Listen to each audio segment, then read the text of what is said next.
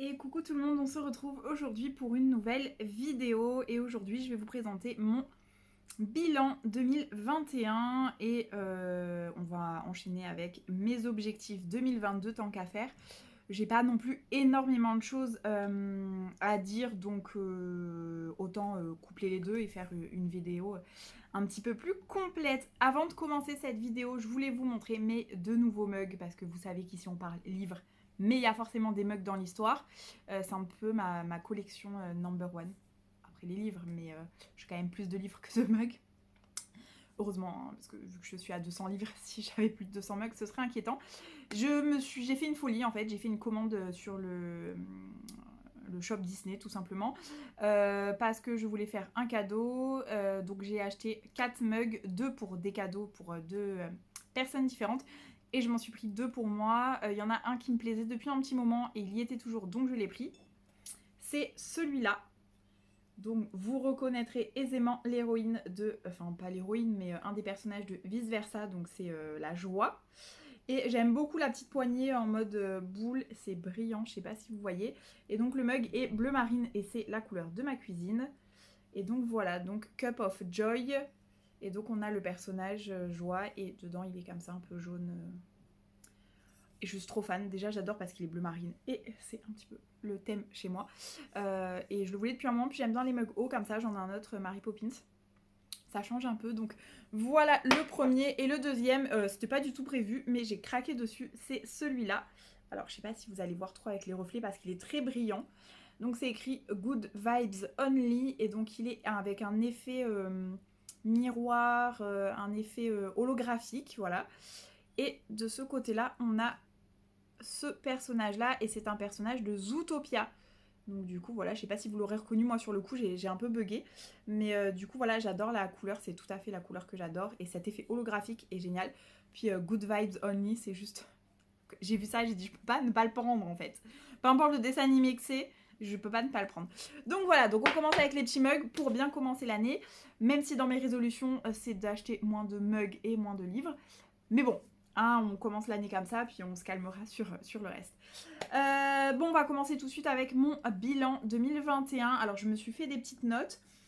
Alors, il est assez mitigé mon bilan. Je suis assez contente de moi puisque je m'étais fixé comme objectif de lire 60 livres, sachant que l'année d'avant j'en avais lu 50 et que je m'étais dit que je pouvais peut-être augmenter le challenge un petit peu, pas beaucoup non plus puisque je sais que je lis pas non plus énormément. Et finalement, je n'ai réussi qu'à lire 50 livres. Alors, c'est déjà bien, c'est parfait. J'en ai pas lu moins que l'an dernier, même si j'en avais lu moins, ça n'aurait pas été très grave. Mais voilà, c'est un bon chiffre pour moi. Je suis une lectrice assez lente, sachant quand même que j'ai réussi à lire 50 livres alors que j'ai eu une panne de lecture qui a duré plusieurs mois. Alors, ces mois-là n'ont pas été complètement vides de lecture. Enfin, je crois qu'il y a un des mois où j'ai fait une seule lecture. Mais disons que grâce aux livres audio, j'ai quand même réussi à écouter des livres et terminer des livres. Donc il y a aucun mois à zéro lecture, même pendant le plus gros de ma panne. Mais ça a été voilà, pendant vraiment toute la fin de l'année, du mois de juin au mois d'octobre déjà, ça a été très compliqué. Et puis même jusqu'à la fin de l'année, donc plus de 6 mois de panne de lecture quand même. Donc là, ça reprend tout doucement en ce début d'année, plutôt pas mal. Mais disons que heureusement que les livres audio existent parce qu'ils me permettent quand même de coupler un peu ce manque de temps, ce manque d'envie de prendre un livre, ce manque de... Enfin, cette hésitation sur le choix. Gros problème cette année. Mais je pense que c'était dû à cette panne de lecture, quoi. Rien ne me faisait envie. Et tout me faisait envie en même temps, hein, mais rien vraiment n'arrivait à me motiver. Donc voilà. Donc ça a été assez mitigé sur ça. J'ai pas eu d'énormes coups de cœur comme j'ai eu en 2020. En 2020, je pouvais dégager un livre de mon année. C'était d'ailleurs Ensemble, c'est tout d'Anna Cavalda. Là, cette année, si je devais vraiment n'en retenir qu'un seul, il n'y en aurait pas. Ou alors peut-être, alors là, je l'ai pas pris parce que j'ai pas le tome 1. Peut-être vraiment sur la toute fin de l'année, j'ai lu le tome 1 de Heartstopper, qui m'a été offert par India, un appétit livresque. Et ouais, ça a été un très gros coup de cœur, j'ai adoré, j'étais crevée, je devais pas le lire et je l'ai lu en une soirée. Je devais juste lire quelques pages pour prendre un peu la température, puis je l'ai bouffé. Donc c'est un graphique et j'ai lu maintenant les 4 tomes. J'ai lu les 2 premiers ou les 3 premiers. sur le mois de... Excusez-moi pour la luminosité, c'est un peu la cata.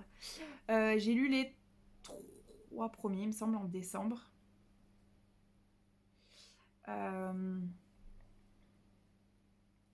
Et le 4e en janvier, je crois que c'est un truc comme ça.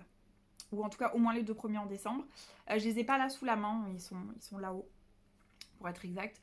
Mais j'ai pas le tome 1 parce que je l'ai prêté à une copine de toute façon. Donc voilà. À la limite, si je devais en retenir qu'une, c'est ça là. Et encore que, voilà, c'est pas... Ça m'a pas non plus bouleversée comme Ensemble c'est tout m'avait chamboulé, bouleversée et retourné le cerveau. Donc voilà. Après, il y a eu bien évidemment quelques coups de cœur, donc je vais vous les présenter assez rapidement. J'en ai certains à côté de moi.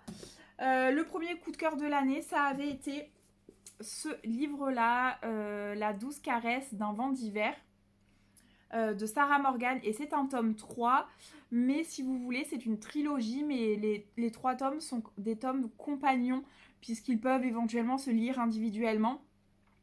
Puisqu'on suit à chaque fois un personnage différent.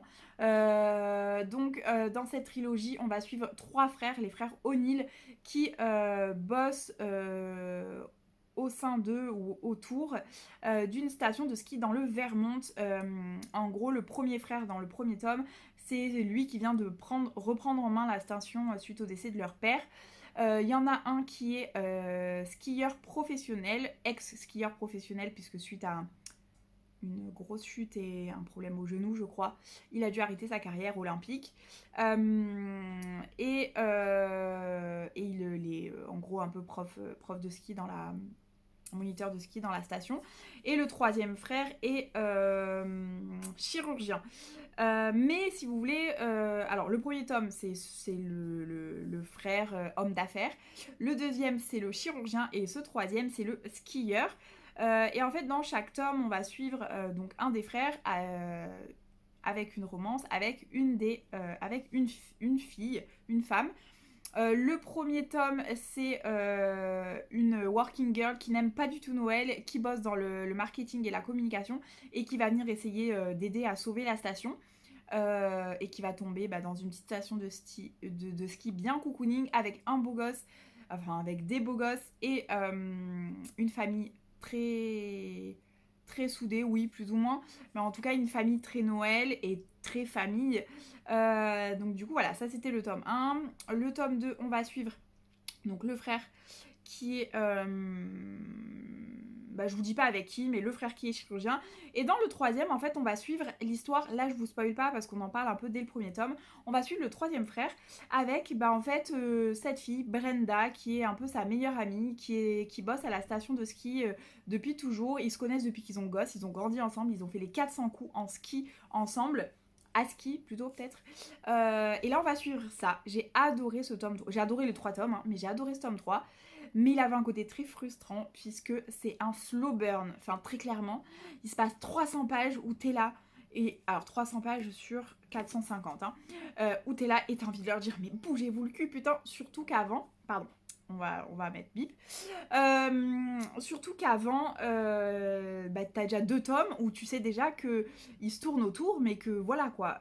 Donc ce livre m'a fait passer par des montagnes russes quand même. Hein. Je l'ai lu en janvier, je pense, hein, de mémoire l'année dernière. Et vous avez vu, c'est encore frais dans ma tête parce que vraiment, je suis passée par toutes les émotions et il est très bien écrit. J'adore Sarah Morgan et j'adore ses romances de Noël.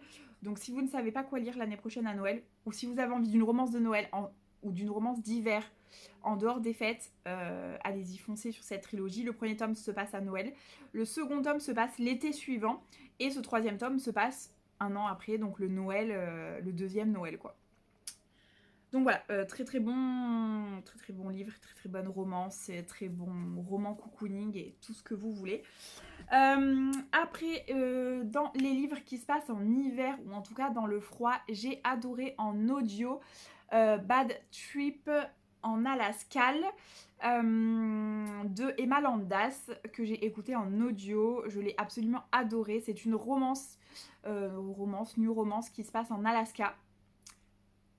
Emma Landas s'est très bien renseignée avant d'écrire son livre. Hein. Vous y êtes, voilà, c'est Vous avez l'impression d'être en Alaska, vous avez l'impression qu'elle y a été, qu'elle connaît très bien le sujet, donc c'est très agréable. La romance était très agréable à lire, elle n'est pas facile, elle n'est pas... Voilà, je sais pas, pour moi il y avait vraiment tous les ingrédients, donc j'ai adoré, et quand elle a sorti la suite, pareil c'est plutôt un tome compagnon, on va suivre un autre exemple, on va suivre le meilleur ami de Cal, qui est le personnage principal du premier tome. Et donc là, c'est New Trip en Alaska. Et ben pareil, et ben j'ai autant kiffé. J'ai kiffé retourner en Alaska. J'ai kiffé retrouver les personnages. Alors oui, il vaut mieux le lire après, puisque vous retrouvez les premiers personnages et vous savez plus ou moins ce qui s'est passé dans le premier tome. Donc vaut mieux le lire après, mais si vraiment le premier ne vous dit rien du tout et que le deuxième vous tente, vous pouvez le lire tout seul, quoi. Voilà. Mais bon, ça m'étonnerait que le premier ne vous tente pas. Enfin, sincèrement, j'ai passé un très bon moment. J'essaierai de vous mettre la petite image là quand même. Voilà, vraiment, vraiment un très bon moment avec ces deux romans. C'est des coups de cœur, voilà. Mais comme je vous dis, c'est pas non plus des coups de cœur intersidéral. Hein. Je veux dire, ils m'ont pas chamboulé de ouf. Ça reste un très bon livre avec chacun avec lequel j'ai passé un très bon moment. Donc j'ai lu le premier Bad Trip vers le début de l'année et New Trip, et je l'ai lu vers la fin de l'année, octobre, novembre, je dirais. Ensuite, pour moi, cette année a été aussi la découverte d'une saga que je n'ai absolument jamais lue, alors que j'aurais dû. J'avais vu les films, vous me voyez peut-être venir, c'est Twilight. J'ai lu les tomes 1 et 2 cette année, enfin j'ai écouté très exactement, je les ai pris sur Audible et c'était très agréable. Alors au début un peu déstabilisé parce que bien évidemment tu t'attends à entendre la voix de Bella, mais de l'actrice dans le film, ce qui du coup n'était pas le cas, mais finalement la lectrice du livre a quand même une voix qui colle très bien au personnage et elle fait très bien le personnage, enfin elle met vraiment les intonations et les émotions, donc c'était vraiment très agréable à écouter.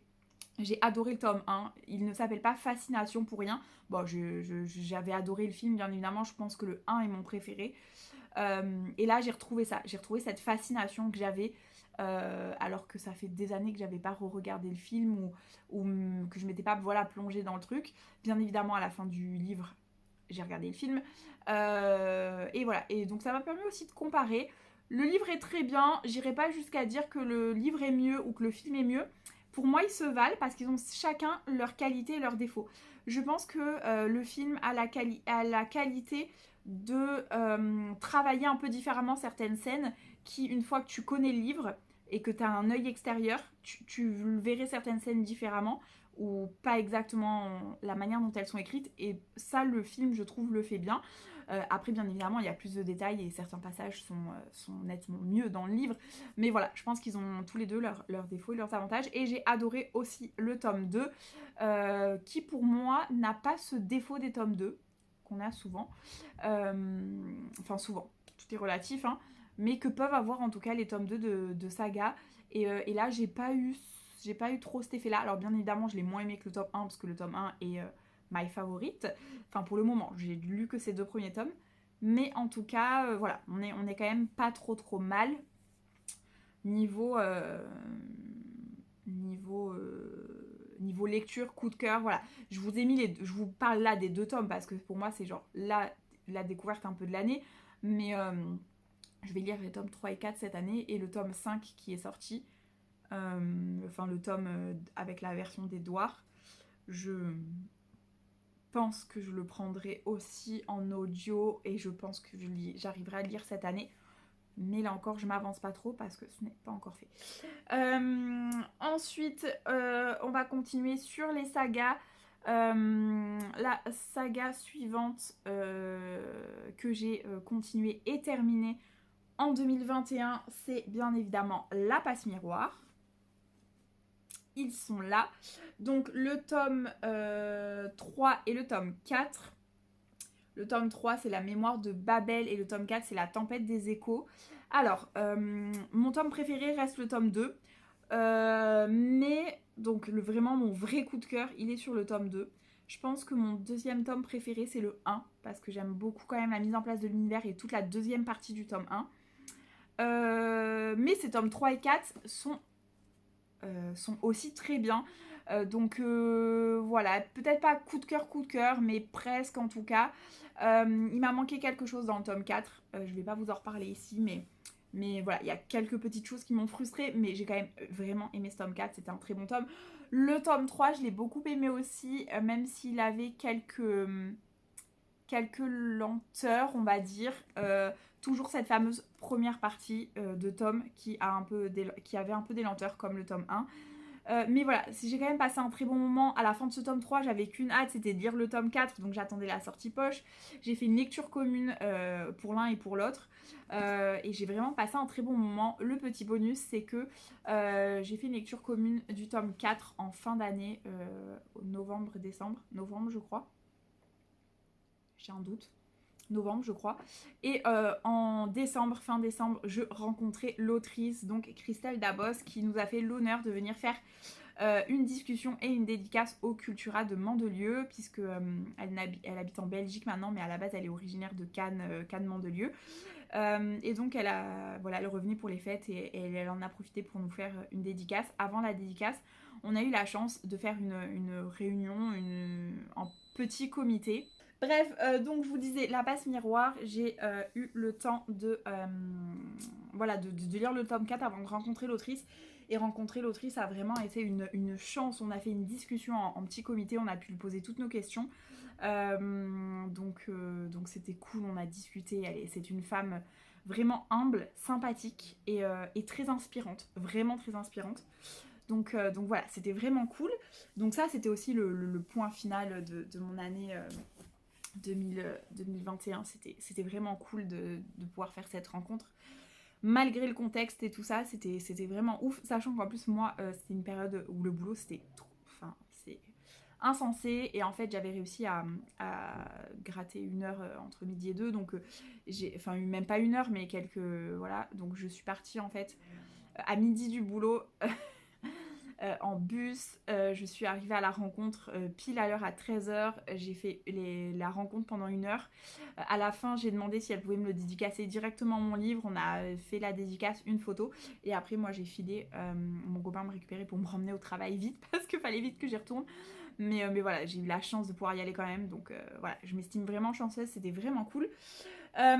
Et après, on continue bien évidemment dans les sagas et elles sont là. Vous avez le tome 1, le tome 2 et le tome 3 de The Mortal Instrument. Et j'ai lu ces 3 tomes pratiquement d'affilée.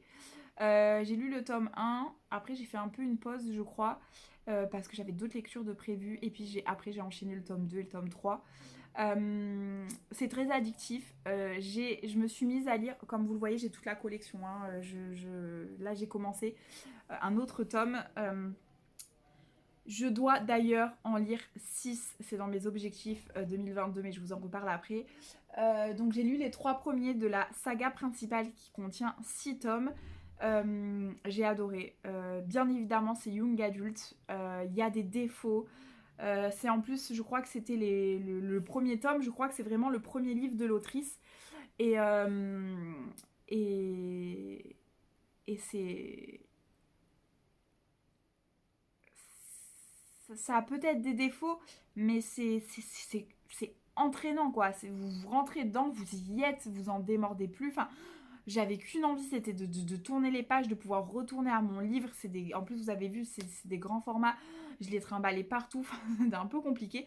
Là d'ailleurs, du coup, j'ai pris sur liseuse, c'est quand même beaucoup plus pratique. Mais voilà, j'ai vraiment passé un très bon moment. Alors oui, il y a certes certains défauts, mais déjà les tomes vont en s'améliorant.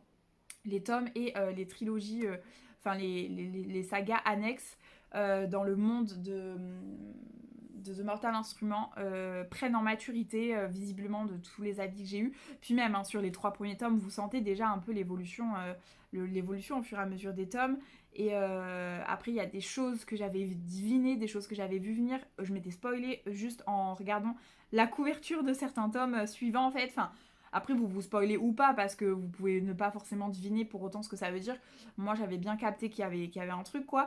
Mais vous passez vraiment un bon moment. C'est léger Et c'est un monde, un autre monde, enfin un autre monde, oui et non, hein, c'est de la fantasy ou du fantastique, je sais jamais. Je crois que on dit fantastique, puisque on est dans notre monde à nous, sauf qu'il y a des éléments en gros de magie et des créatures autres. Donc je pense que c'est ça.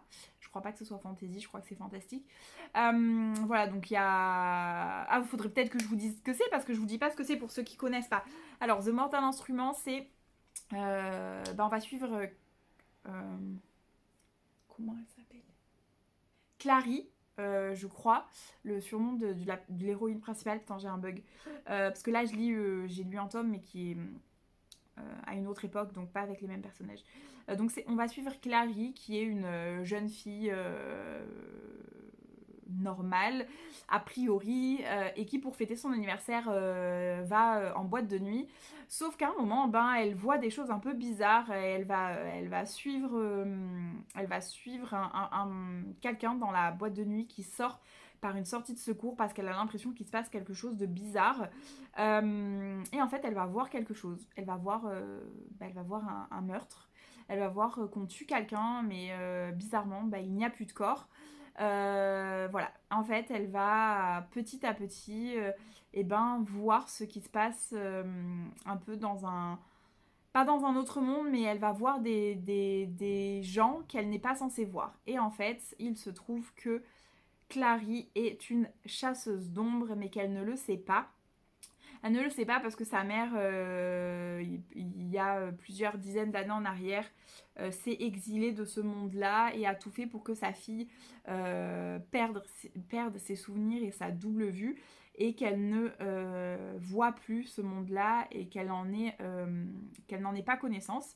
Alors je vous dis pas comment, parce que ça vous l'apprenez dans le tome, comment sa mère a réussi à effacer sa mémoire. Sauf que là, bizarrement, elle commence à voir des choses qu'elle ne devrait pas voir, et il se trouve qu'au même moment, sa mère va disparaître. Et c'est aussi pour ça, parce que sa mère disparaît, donc elle n'est pas en mesure de continuer d'effacer sa mémoire. Donc ses pouvoirs, entre guillemets, sa double vue revient. C'est très mal expliqué ce que je vous raconte, mais bon voilà. Ça, c'est le tout début, en fait, si vous voulez. Et donc, en fait, Clary, c'est une chasseuse d'ombre. On évolue dans un monde où il y a des chasseurs d'ombre qui descendent des anges, en gros. Et en opposition, on a des démons. Les chasseurs d'ombre sont là pour tuer les démons et empêcher que le monde parte à volo à cause des démons. Et au milieu, entre deux, il y a les créatures obscures. Donc les créatures obscures, ce sont les vampires, les loups-garous, les sorciers et les fées. Non, pas les fées. Je sais plus, les tout petits personnages là, ils sont vicieux. J'ai un trou. Faudrait que je vous sorte un... Oh là là, mais si... vais-je réussir si je fais tout tomber? Voilà, j'ai pas tout fait tomber. Je pense que ça va aller plus vite. Donc voilà, Clary n'en croit pas ses yeux. Elle vient de voir le plus beau garçon de la soirée commettre un meurtre. Et détail terrifiant, le corps de la victime a disparu d'un seul coup. Mais le pire reste à venir. Sa mère a été kidnappée par d'étranges créatures et l'appartement complètement dévasté. Sans le savoir, Clary a pénétré dans une guerre invisible entre d'antiques forces démoniaques et la société secrète des chasseurs d'ombre. Une guerre dans laquelle elle a un rôle fatal à jouer. Donc voilà, donc en fait Clary, voilà, elle voit ça, et puis en fait finalement, il se trouve que c'est effectivement une chasseuse d'ombre, sauf qu'elle n'a pas été éduquée pour, elle n'a pas suivi, pas la formation, mais parce qu'ils sont quand même...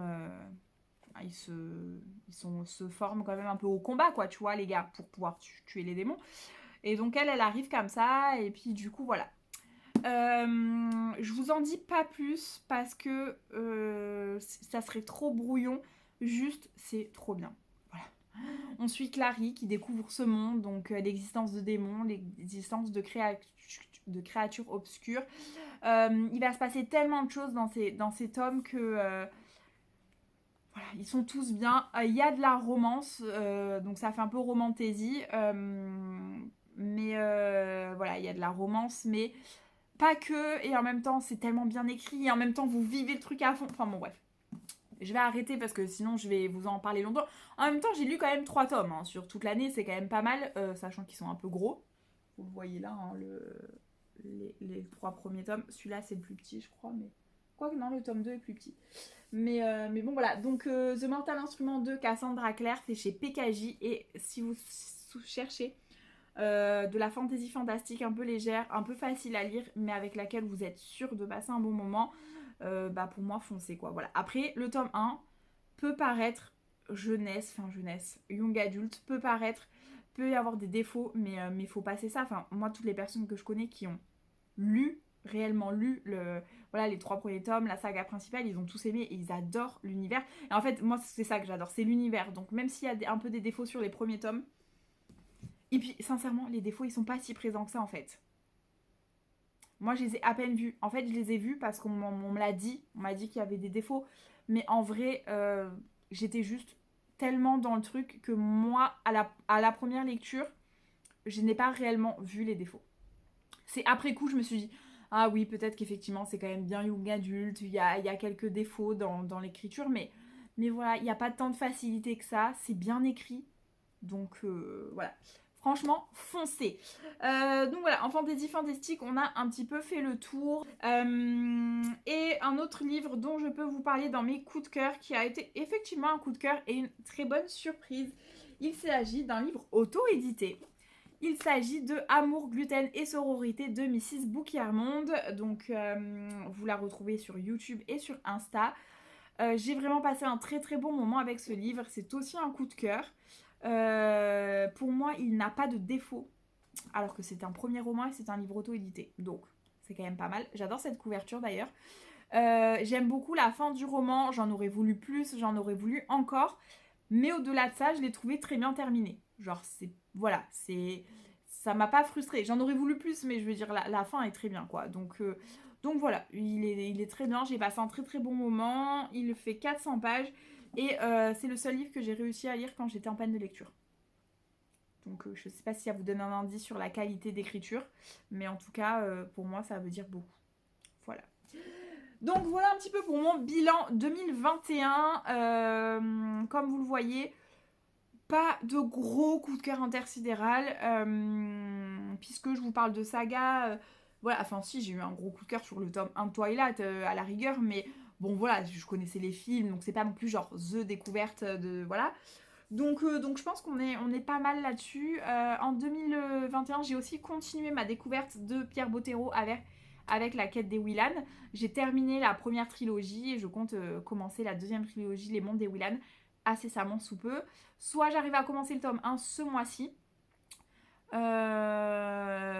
soit je le commencerai au mois d'avril, puisqu'au mois de mars, je ferai Mars au féminin, Pierre Bottero n'étant pas une femme, je le lirai en avril. Voilà. Mais sinon, on n'est pas trop mal.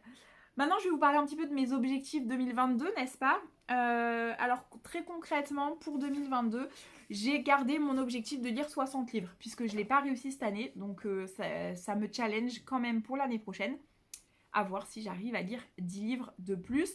Franchement, pour l'instant, sur mon bilan du mois de janvier, je suis pas mal. Donc, à voir. Je pense cette année éviter de prendre des audios qu'il faut 35 heures. Bien que dans ma liste des objectifs de 2022, je dois notamment terminer Les Misérables que j'ai commencé l'année dernière. Je l'ai pris en audio parce que Les Misérables, c'est un classique, c'est du Victor Hugo. Moi, très clairement, c'est le genre de livre, vous me le mettez en papier devant les yeux, c'est mort. C'est pas possible, je n'arriverai pas à le lire, je le sais. Donc les audios existent et les audios sont pour moi un outil inestimable puisque ça m'a permis de lire un Stephen King qui faisait plus de 1000 pages. Ça me permet de lire des classiques et ça m'a permis de commencer Les Misérables. Donc mon objectif de 2022 c'est de le terminer en sachant qu'il fait 55 heures d'écoute et que j'ai lu une dizaine d'heures je crois seulement une dizaine ou une quinzaine d'heures seulement en 2021 puisque je l'avais mis de côté en milieu d'année, notamment quand j'ai commencé le Stephen King et puis je l'écoutais vraiment sporadiquement quoi, c'était vraiment en mode de temps en temps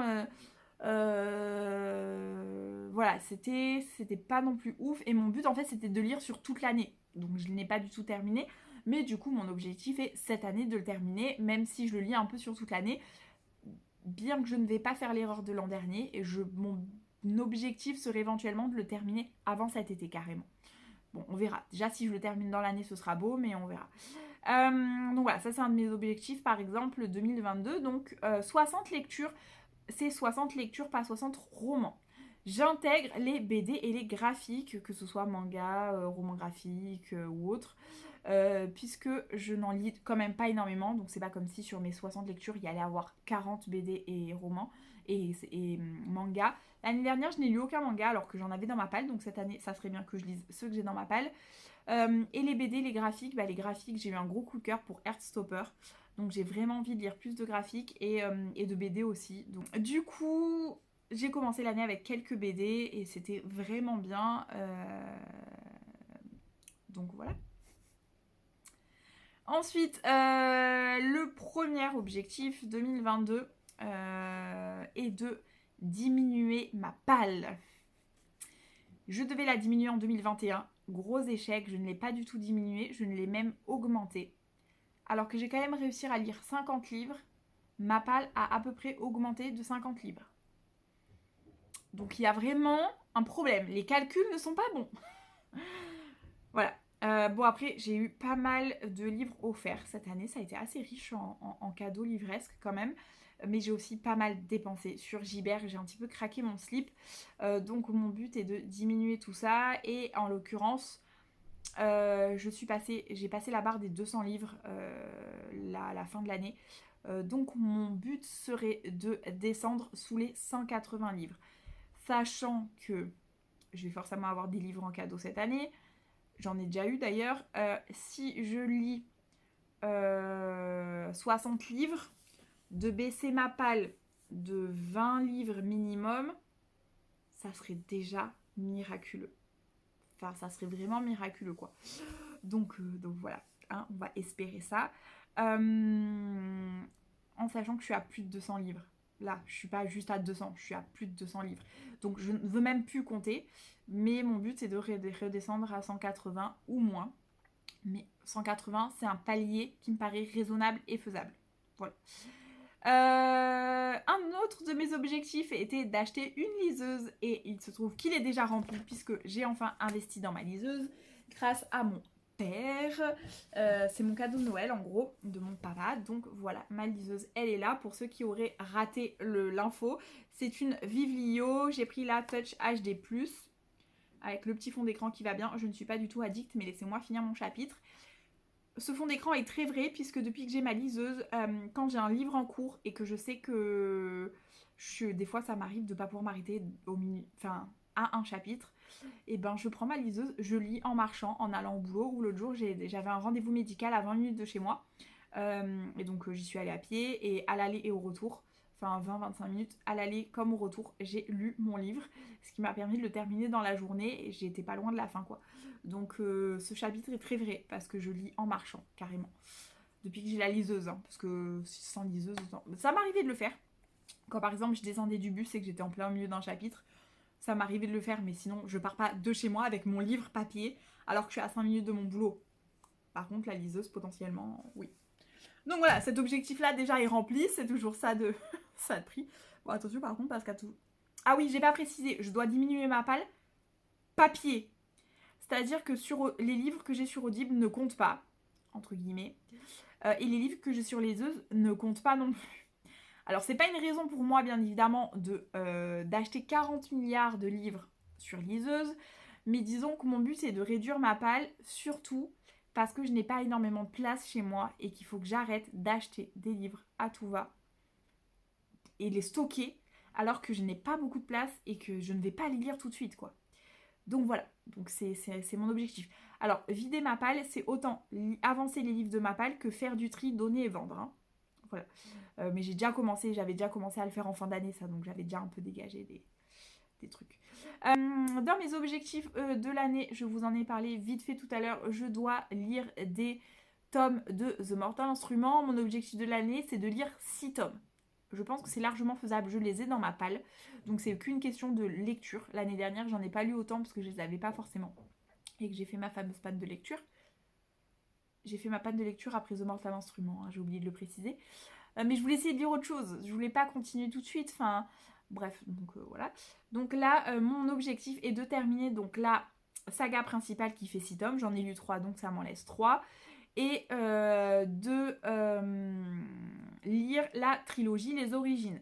C'est par celle-là que j'ai commencé mon année 2022, et j'ai lu d'ailleurs le premier tome que j'ai terminé, le premier tome de la trilogie Les Origines. Il faut savoir qu'elle peut s'intercaler au milieu de ces six premiers tomes. Et la trilogie des origines, ça se passe plusieurs siècles avant la saga principale. Et on va suivre en gros les ancêtres des personnages principaux qu'on suit. Et ça se passe dans le Londres victorien. Et franchement, on y est trop bien, c'est très bien décrit, c'est très bien écrit. Donc voilà, je passe vraiment un très très bon moment. Donc je suis très contente. Et donc mon objectif de l'année, ça serait d'en lire 6, ça fait un tous les 2 mois. En vrai, c'est très raisonnable, sachant que je n'en lirai pas un tous les 2 mois, je risque plutôt de les enchaîner. Mais en tout cas, ça reste assez raisonnable, je pense, 6 dans l'année. Pour terminer la saga principale et les origines. Et après, j'ai déjà un tome, vous le voyez pas, mais il est au-dessus. J'ai déjà un tome d'une saga suivante qui m'attend, qui est la saga Renaissance. Donc bon, il y a de quoi faire, j'ai tout ce qu'il faut ici. Dans mes objectifs 2022, j'aimerais bien avancer également la saga des 7 sœurs, voire la terminer.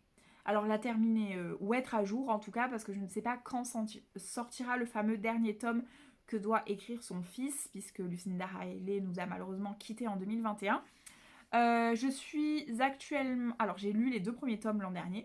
Je suis actuellement sur l'écoute, parce que je les prends en audio sur Audible, sur l'écoute du tome 3 que j'ai commencé en janvier. Là je l'ai mis un peu en stand-by, puisque je fais le février Tapal où je dois lire des petites lectures. Et c'est pas trop le cas de Lucinda Riley. Mais bon, il n'est pas dit que je me l'écoute pas quand même en fond sur tout le mois. En tout cas, il sera terminé d'ici le mois de mars. Et après, il me reste le tome 4, 5 et 6. Donc, j'aimerais au moins terminer ces 6 premiers tomes sur les 6 sœurs qu'on connaît à l'heure actuelle, ou en tout cas qu'on connaît au début du premier tome. Et après, j'aurai le tome sur la 7e sœur. Et le tome sur le père, je crois, c'est celui que doit sortir le fils, je crois. Hein. Je suis pas certaine. Donc voilà, donc si je pouvais au moins terminer les 6 premières sœurs, ça serait bien, voire avancer un peu plus. Je dis pas non, hein, bien évidemment. Voilà. Dans les objectifs un petit peu plus flous, on va dire ça comme ça, j'aimerais bien être à jour sur mon Bookstagram. C'est pas encore gagné. Mais voilà, publier un peu plus régulièrement et être à jour, ça serait cool. Pour l'instant, c'est pas le cas. Mais il faut que j'essaye de m'organiser, de trouver une organisation pour en fait. Donc voilà. J'aimerais bien également faire un petit peu plus de lecture commune. Voilà, alors pour tout vous dire, je suis déjà sur une liste pour le mois d'avril. Je vais faire la lecture commune avec Petite Lectrice, pas qu'avec elle, hein, mais organisée par Petite Lectrice, de La Ligne Verte de Stephen King. Je le prendrai en audio là aussi, même s'il est beaucoup moins gros, je pense que c'est le genre de livre qu'il faut que je prenne en audio. Je le sens comme ça. Et puis je pense qu'au cours de l'année, je ferai sûrement d'autres lectures communes. Voilà, j'aimerais bien en faire un peu plus. Une par mois ou une tous les 2 mois. Mais disons que voilà, ça m'intéresserait parce que ça me booste pour certaines lectures, ça me motive et ça peut être vraiment pas mal quand on a du mal à sortir certains livres de sa palle. Et puis voilà, ah oui, et mon dernier objectif sur ces 10 objectifs que je vous ai présentés, ça serait, ça c'est un peu l'objectif ultime, pouvoir enfin faire un salon. Et en l'occurrence, j'aimerais beaucoup faire le salon de Brive. Ça fait plusieurs années que j'ai envie de le faire. Petite Lectrice m'a donné encore plus envie. Il y a pas il y a 2 ans parce qu'il y a eu le Covid, mais il y a 3 ans, au début que je la connaissais. C'est elle qui m'a vraiment donné envie de faire le salon de Brive. J'en avais déjà entendu parler un petit peu, mais vraiment qu'un petit peu. Je crois c'était bon, je saurais même plus trop vous dire, mais bon voilà, je voulais faire des salons et elle m'avait convaincue de faire Brive, et puis j'en avais entendu parler ou vu sur les réseaux sociaux en tout cas. Et puis il se trouve que l'année dernière, elle a été au salon de Brive avec avec d'autres filles, avec Flo and Books, Madame Chachali, Magda de Triple L de Mag, si je me trompe pas, la team des tote bags, comme elle s'appelle. Et en fait, elles m'ont donné mais tellement envie. J'avais déjà envie d'y aller, mais là, ça m'a... Voilà, donc j'aimerais bien y aller. Le problème, c'est que pour aller à Brive, c'est un peu compliqué de chez moi, la Côte d'Azur. Enfin, depuis la Côte d'Azur, c'est pas super pratique, quoi. Donc voilà, à voir si on peut s'organiser ça avec d'autres copines, peut-être du groupe de lecture, si elles ont envie qu'on s'organise ça et qu'on se fasse ça, ça pourrait être vraiment chouette. À voir comment vont évoluer aussi comment va évoluer la situation sanitaire. Mais voilà, c'est un peu mon objectif, donc je sais qu'il faut s'y prendre très en avance. C'est au mois d'octobre, je crois, ou en tout cas dernier quadrimestre de l'année, quoi, dernier quart de l'année. Donc je sais qu'il faut s'y prendre bien avant. Donc voilà, d'ici quelques mois, on va commencer à y réfléchir sérieusement. Mais ce serait vraiment cool, ça serait vraiment un objectif. Puis j'aimerais bien faire d'autres salons. Pourquoi pas le salon de la romance qui, lui, je crois, est début octobre. Je sais plus, pas loin de mon anniversaire, je crois. Qui est à Strasbourg, je crois, ou pas loin. Où il change tous les ans, je crois. C'est celui-là peut-être qui change, je sais plus. Enfin voilà, j'aimerais bien éventuellement faire éventuellement un autre salon. Si j'en fais déjà un, ça sera déjà beau. Si je fais Brive, ça sera magnifique. Mais voilà, pourquoi pas faire tout ça. Voilà, écoutez, je vous ai présenté tous mes objectifs de l'année. Et puis voilà quoi, n'hésitez pas, petit pouce, petit commentaire. Et si vous partagez sur les réseaux sociaux, si vous regardez, faites-moi un petit coucou. En général, je suis très réactive et je serai contente. Voilà, je vous embrasse et je vous dis à très bientôt pour une nouvelle vidéo.